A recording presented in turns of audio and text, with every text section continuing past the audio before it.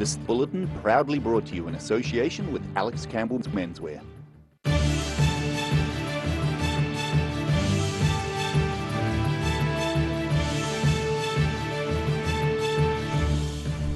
Tonight on The South Today, Finance Minister Grant Robertson unveils a $5.9 billion budget focusing on health and education. Plans are underway to build a bike jump park and training ground for Queenstown's riders. And two very large goldfish are now on display at Otago Museum after being caught in the wild near Wanaka.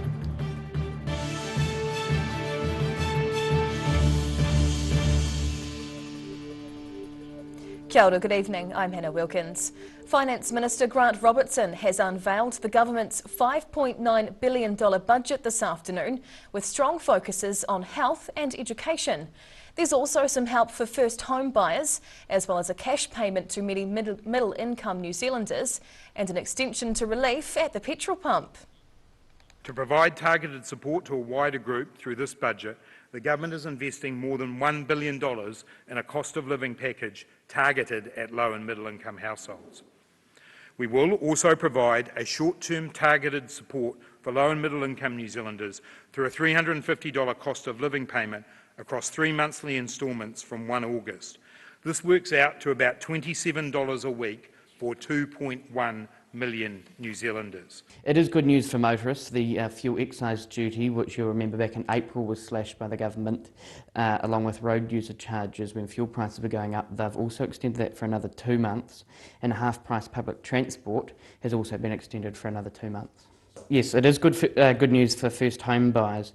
A lot of first home buyers were being caught out under the government loan cap, which you got a grant from the government trying to get into your first home. It was about $425,000 in Dunedin for an established house, which you would have been struggling for. They've now extended that to $500,000, and for a new build, they've extended that from $550,000 out to $675,000. Budget 2022 provides the largest investment ever in our health system, with $11.1 billion in new funding to put that system on a sustainable financial footing. This will enable Health New Zealand and the Māori Health Authority to begin establishing the services that New Zealanders need in the places where they need them. To set the system up for success, we have changed the way we provide funding. The economist I spoke to before at the University of Otago, he says that the budget lacks any long-term thinking. It mentions productivity 22 times, but he said there's no plan to do it. But it has been well received by Business New Zealand. They came out and said that they are pleased with the investment, particularly in business and into housing, while the Canterbury Chamber of Commerce have come out and said that it doesn't focus anything on long-term thinking. A group of Frankton residents are crying foul over a move to stop long-term parking clogging their streets. Parking congestion has been created in part by air travellers leaving their cars along the roadside to avoid paying for parking at the nearby airport. The Queenstown Lakes District Council recently started restricting street parking in the area to 48 hours. That's resulted in some residents being fined up to $57 a time for parking outside their own home for more than 2 days. The council has so far refused to provide a solution such as resident vehicle permits, and the QLDC says it won't make any changes while it undertakes a district-wide parking strategy. Plans are gearing up for a $41,000 bike jump park to be built just south of Queenstown Lakes Hayes Estate. The local mountain bike club says the park could be the missing piece of the puzzle in Queenstown's biking infrastructure.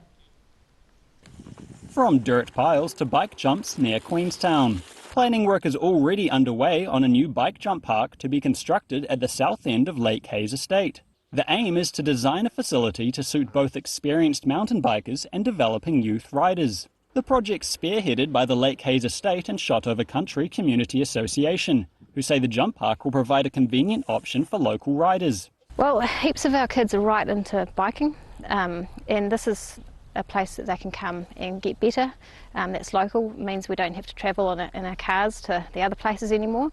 And I think it will be really big for our community to have a hub here that we can all enjoy. Construction work on the jump lines is due to start in spring. The shape of the bike park will be assisted by excess dirt fill donated by Queenstown Commercial Limited, who are developing a nearby wetland. The project's a true community effort, with a range of locals putting up their hands to assist. Rotorua-based firm Southstar Trails are backing the design process and keen to try and integrate ideas from around the neighbourhood into the park. Local riders Reese Everett, Hayden Carter and Riley Baker are all looking forward to the jumps and say the park will be made for everyone. It doesn't have to be mountain bikes, it could be BMX Any bikes, or yeah. Which like is little beginners bikes and stuff. yeah, so you just build it so that you can, It's for any bike. anyone and everyone can ride it. The current plan for the bike park is to bring more fill from other local sites, with locals creating some basic jumps to get things started. The professional park builders will then come in and create a number of more adventurous jumps, ensuring the facility will have some easy rollers for the beginners through to more challenging jumps up to 2 metres high for the experienced bikers. In Queenstown, The South Today. The giant pile driver, which will be used as part of the new Dunedin Hospital build, finally has a name. A shortlist of 4 names had been selected by a panel, with the fittingly medical name of Hemorrhoid coming out on top following an Otago Daily Times poll. The public had their say via telephone and online voting, with Hemorrhoid the clear winner. The name MD Hammer was the second most popular option, followed by the names Big Red and Lipstick. The custom-built 14-ton hammer will begin work soon, installing more than 400 piles for the new hospital building. If you imagine goldfish as small little creatures swimming in a fish tank or garden pond, think again. 2 rather large goldfish, one weighing nearly 3 kilograms, were caught near Wanaka last year and are now on display at Otago Museum. 2 large fish, very much out of water. The Otago Museum has been setting up a new permanent exhibit of taxidermied freshwater fish this week. The collection includes 2 absolute whopper wild goldfish. Both were caught in a stream near Wanaka last year. The orange-coloured goldfish weighs nearly 2.5 kilos, with the black-coloured one equally a monster at nearly 2 kilos. It also shows us the difference between the wild type coloration of goldfish. So we've got a darker giant goldfish and the one that people are more familiar with in terms of being the orange goldies that you get at the pet store. The exhibit shows some of the range of freshwater fish that can be found in the country's rivers. Part of a display that we have now on the staircase of the museum, talking about the different species of introduced and native fish in New Zealand. Goldfish were introduced to New Zealand in the 1860s. They're well established in the North Island and have more recently spread to the south. In Dunedin, The South Today. Whai Yakane, still to come on The South Today. Plans are unveiled for how Dunedin will celebrate the first official Matariki public holiday, and it's daffodil planting time in Matoda.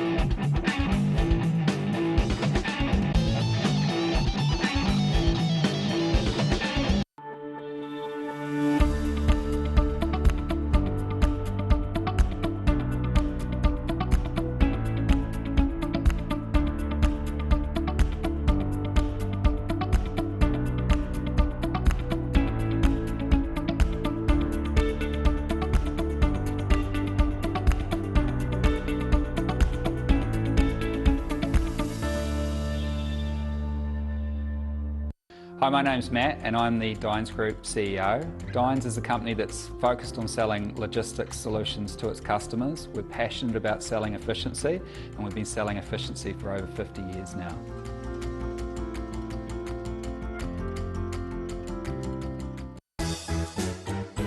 Every reason, every season, we're proud to dress the region. Alex Campbell Menswear, it fits.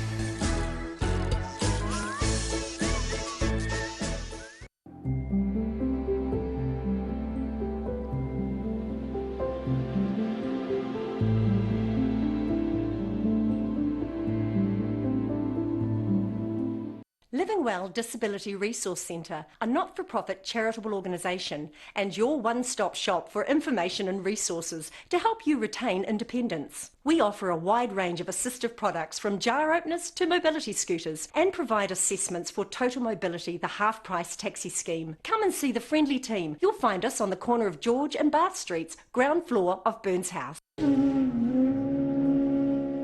Every day the team at Gillian supports grieving families at their time of need, from answering your questions to organising a farewell that reflects the wishes of your loved one. We can help. Call Gillian's today.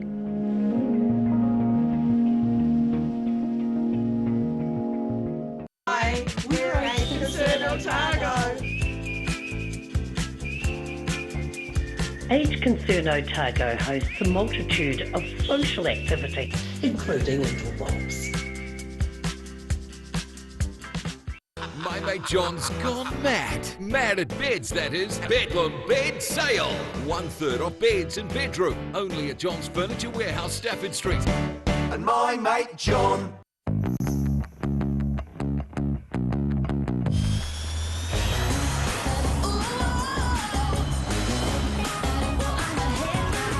Spark your joy with Jazz, the next generation from Honda.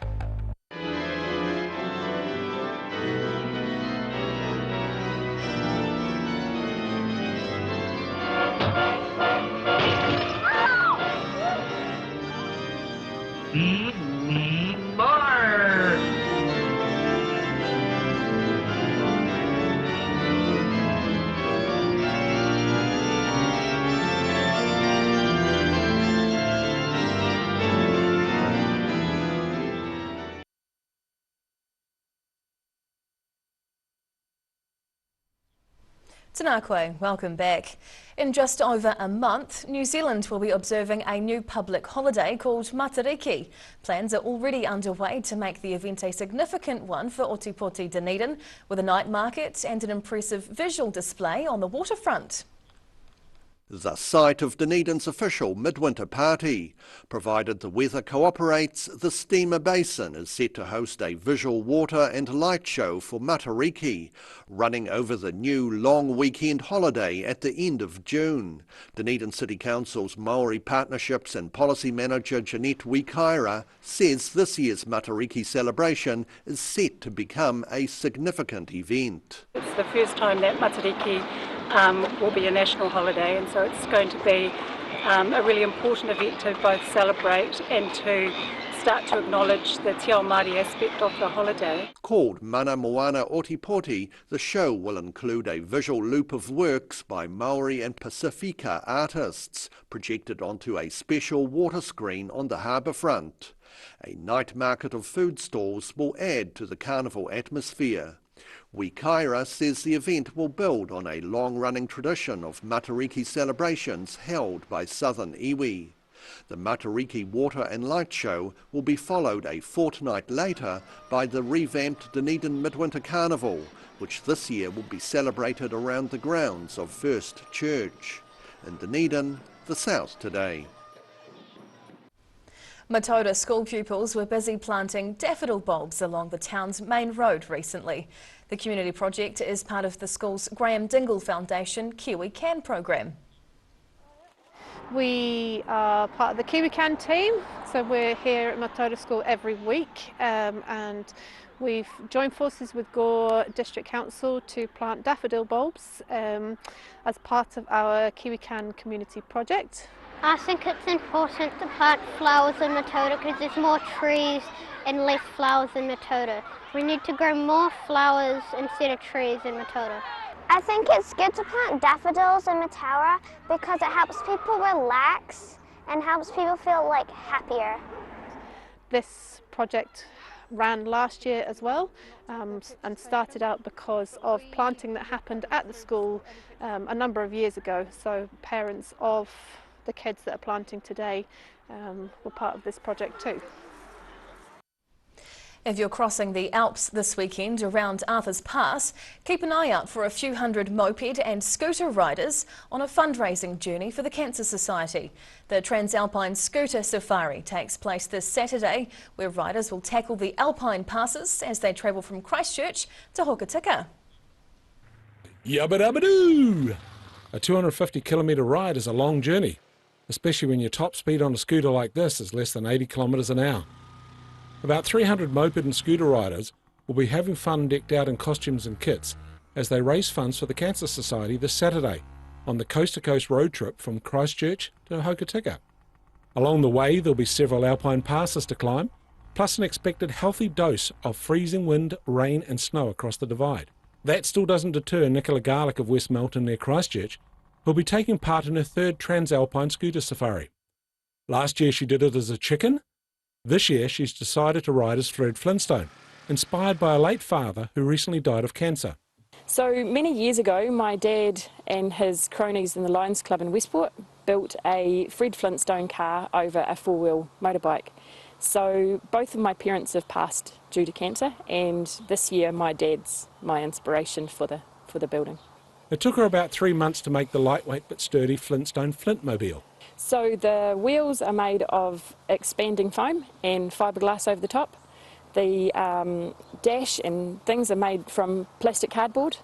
The pipes here are down pipes with a bit of builder's bog for texture, and the wooden sides are plastic cardboard with curtain over the top and stuffed with pillows. She's expecting her journey to take about 9 hours. And other than the popular Sheffield Pie stop, she reckons another highlight will be just making it to the top of Porter's Pass aboard her 50cc scooter. In Christchurch, the South Today. And now recapping tonight's top stories on the South Today.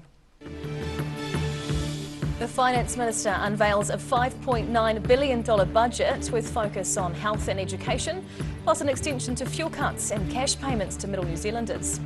Plans are underway to build a bike jump park and training ground for Queenstown's professional and amateur riders at the south end of Lake Hayes Estate.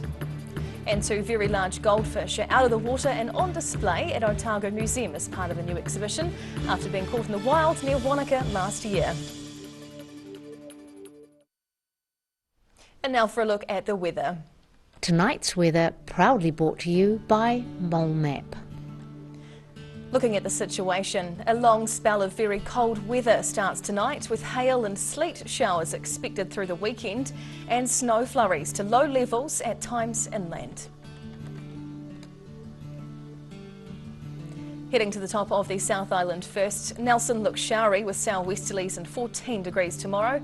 A showery thunderstorm heads to Greymouth with heavy showers and a high of 13. And down to Christchurch, expect cloud, showers and southwesterlies with 12 degrees.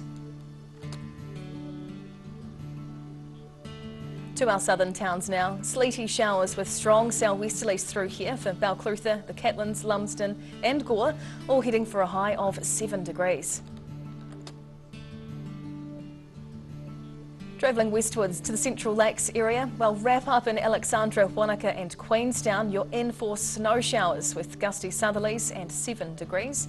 And that wintry weather continues over in Te Anau too, with a slightly warmer high of 8 degrees. To the northern towns next, bitingly cold showers are on the way to Timaru and Oamaru, along with gusty southwesterlies and top temperatures either side of 10 with 11 and 9 degrees respectively. Over to Twizel and Omarama, the gusty southerlies settle in along with snow showers, heading for just 7 degrees. Down to Dunedin, the showers are back tonight, along with cold southwesterlies as it drops to 8 degrees. Tomorrow, the wintry conditions start to ramp up with strong gusty southwesterlies and the beginning of sleety showers, a high of 8, before dropping down to 3 as the low. And into the weekend, very wintry with hail, sleet, showers and snow flurries on the higher hills. Expect a high of 7 on Saturday and right down to 3 as the low. And now to Invercargill. Showers and southwesterlies tonight, dropping down to 4. Tomorrow it'll be bitterly cold with hail and sleet showers, reaching 7 before dropping right down to 3. Saturday is much the same with the addition of near gale force southwesterlies, up to 7 degrees, and back down again to 3 as the low.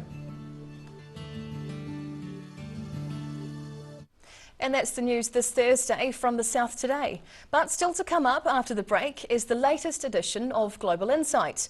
Foreign Affairs expert Professor Robert Patman discusses whether the United Nations or mercenary armies might keep the peace in the future.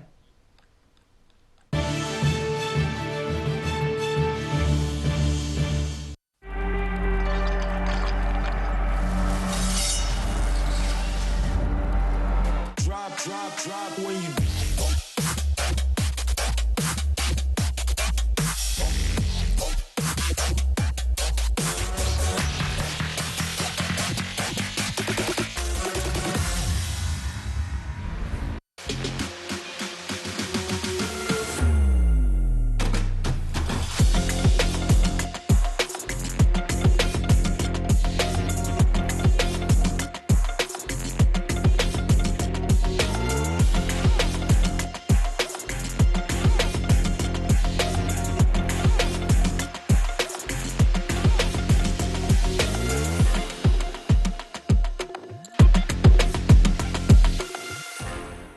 My mate John's gone mad. Mad at beds, that is, and there's definitely some method to his madness. Bedlam Bed Sale.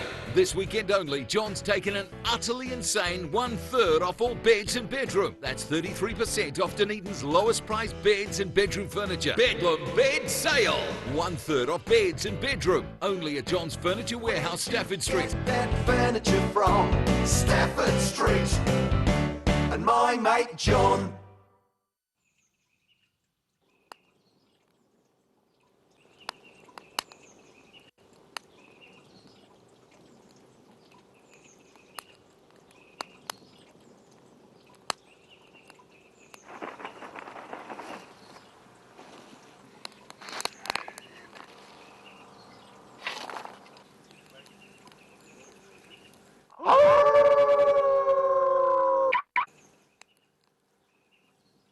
A poorly maintained heat pump can lose up to 35% of its output. The Mr. Heat Pump Cleaner team are experts. Their specially developed chemical wash is totally biodegradable. Call Mr. Heat Pump Cleaner and get the job done by the professionals.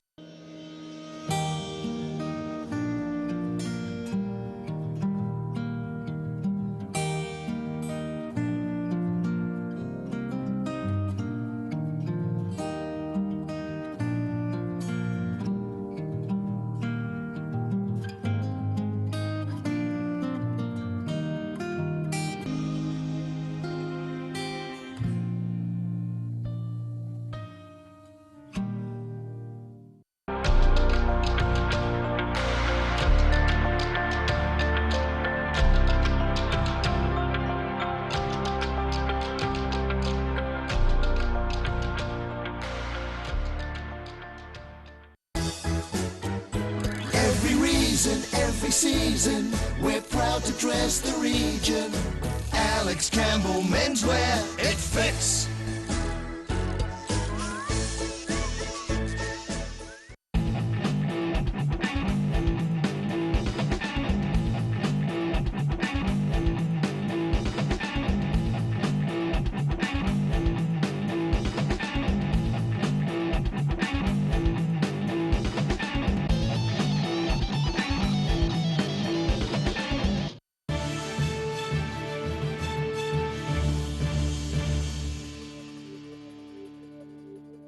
Welcome, I'm Bruce Munro, and with me is International Relations Specialist Professor Robert Patman, and this is Global Insight.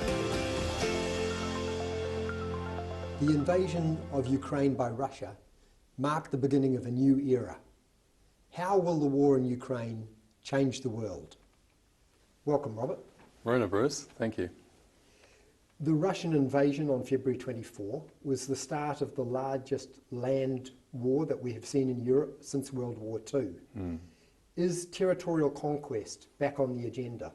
No, not necessarily. I mean, it's no doubt about it, the Ukraine invasion is a defining moment in the evolution of the international transition that we've been living through, I think, since the end of the Cold War. There's a number of points I'd like to make. I think, firstly, with regard to territorial annexation, the failure of Russia to decapitate the regime in Kyiv, which was the intention, we now know through the Ukrainian intelligence services capturing documents for parts of Ukraine that they've reoccupied, having driven the Russians back to the eastern part of the country, that their plans were definitely in place to take over the whole country and put in a pro-Russian government, which is actually quite delusional because Russia's economy is smaller than it is. It's about 11th in the world, and it's doubtful that Russia has the short-term economic capacity to absorb such a large chunk of territory and take responsibility for running services. In addition, it was very unlikely that the Ukrainians, having fought the Russians since 2014, they've been engaged in an 8-year war, would ever accept a pro-Russian government. So Russia, at best, would have, even if they decapitated the Zelensky government, they would have had a sort of Afghanistan on their, a festering insurgency on their doorstep. So I actually think, if we look at this in the long term, the failure of this bid to build a greater Russia by seizing territory is sobering for countries which may be contemplating similar moves. And it also confirms that the role of great powers overall is declining in the 21st century. And you mentioned the United Nations before. Freedom fighters, they've played a small but important role in this war on both sides.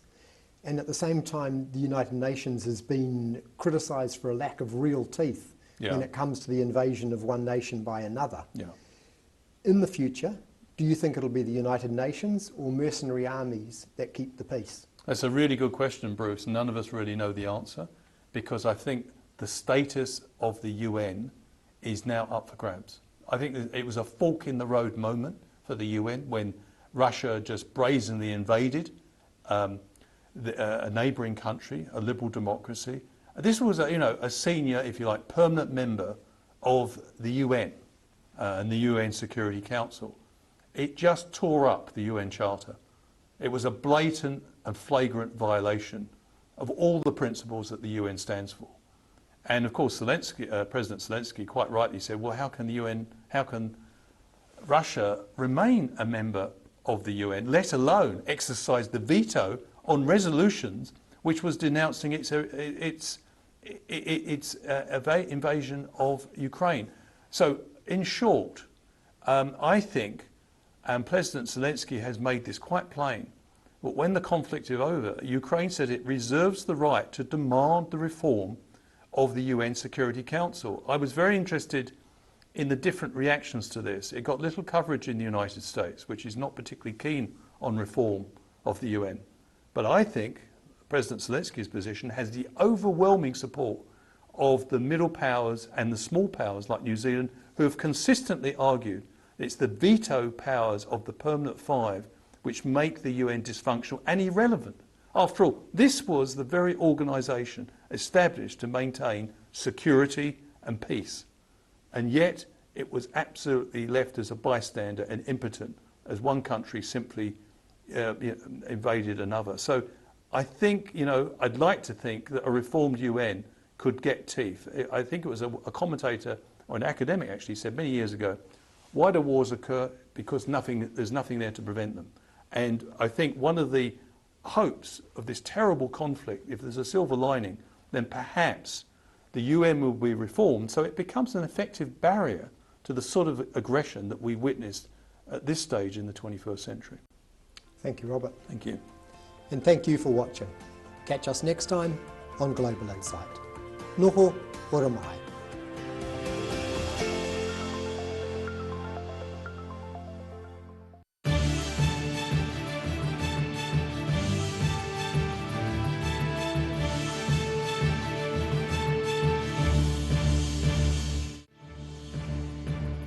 This bulletin proudly brought to you in association with Alex Campbell's Menswear. Public interest journalism funded through New Zealand On Air.